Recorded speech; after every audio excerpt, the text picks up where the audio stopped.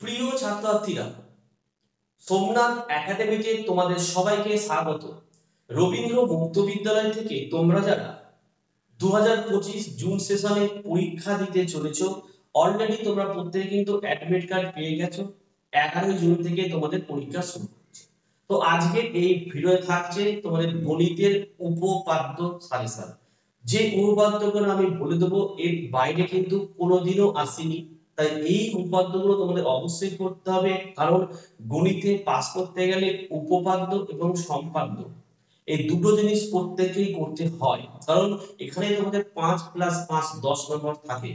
তো আজকে এই ভিডিওতে আমি উপপাদ্য নিয়ে আলোচনা করব, কোন কোন উপপাদ্যগুলো পড়তে হবে তার পেজ নাম্বার সহ আমি আলোচনা করে দেব। আর যারা ভাবছো সারা বছর ধরে কিছু পড়িনি, কি করে পাস করব, যদি তোমাদের পাস করতে ইচ্ছা হয় বা ভালো রেজাল্ট করতে ইচ্ছা হয়, এখনো হাতে তোমাদের 40 দিন সময় রয়েছে। সোমনাথ একাডেমি থেকে স্বল্প মূল্যে 7টা সাবজেক্টের নোটস, তার সঙ্গে লাস্ট মিনিটের সাজেশন এবং মডেল সেটের কোশ্চেনের অ্যানসার গুলো স্বল্প মূল্যে নিজের হোয়াটসঅ্যাপ নম্বরে যোগাযোগ করে তোমরা সংগ্রহ করতে পারো।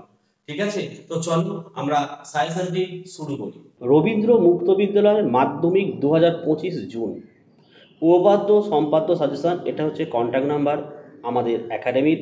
যারা স্বল্প মূল্যে নোট নিতে চাও নিচের এই হোয়াটসঅ্যাপ নাম্বারে যোগাযোগ করে নোটগুলো সংগ্রহ করতে পারো। আর আমরা যা নোট দেবো এই নোট পড়লে এর বাইরে আর কিছু আসে না। ঠিক আছে, আচ্ছা আজকে কিন্তু জাস্ট আমি উপপাদ্যের সাজেশন দেবো। উপপাদ্যের পেজ নাম্বারও বলে দিচ্ছি আমি। এই উপপাদ্যগুলো তোমাদেরকে অবশ্যই পড়তে হবে, কারণ পাস করতে গেলে দুটো উপাদ্য পরীক্ষা দেবে, একটি উপাদ্য লিখবে, সেটা 5। আর ওদিকে সম্পাদ্য সাজেশন দিয়ে দেবো, সম্পাদ্যগুলো আমি আঁকিয়েও দেবো, ওখান থেকে 5 10 নম্বর কিন্তু এখান থেকেই উঠে যাবে। ঠিক আছে, তো দেখো তোমরা সাজেশনগুলো দেখে নাও।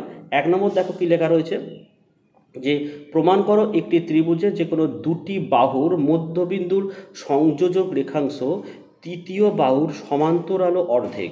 এই উপাত্তটি তোমরা তোমাদের পাঠ্য বইয়ের উপপাদ্য 10 এবং পেজ 453-তে কিন্তু এটা পেয়ে যাবে। ঠিক আছে, আচ্ছা এবার 2 নম্বর উপপাদ্য তোমরা একবার দেখে নাও।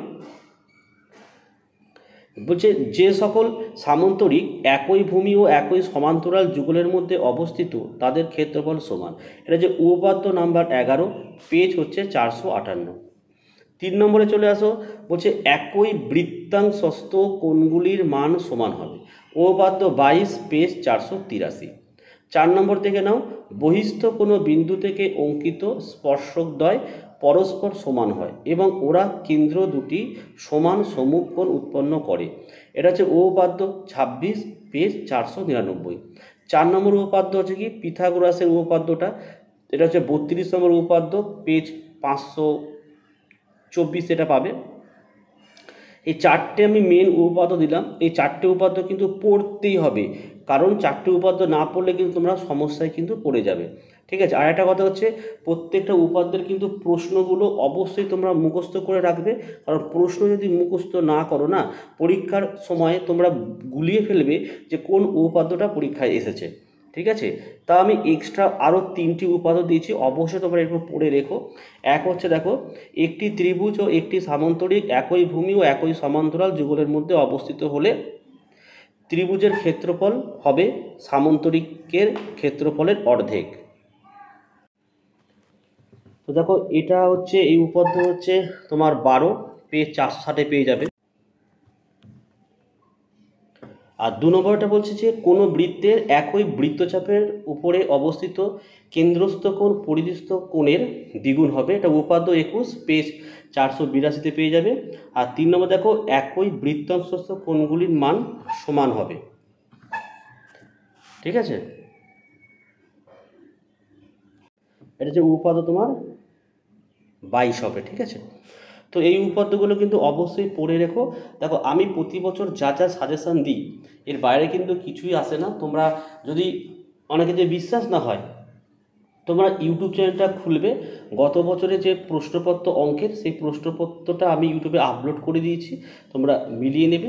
আর আমি পরীক্ষা তোমাদের 3:15 শেষে আমি 3:30-এর মধ্যে ইউটিউবে ভিডিও আপলোড করে দিই, এবং সঙ্গে সঙ্গে আমি পাশে লিখিয়ে দিই যে কোন প্রশ্নটি আমাদের নোট থেকে এসছে, কোনটা আসেনি, এত প্রমাণ সহ কিন্তু দেখিয়ে দিই। ঠিক আছে, তো দেখো, আজকের ভিডিওটা আমি এখানে শেষ করছি।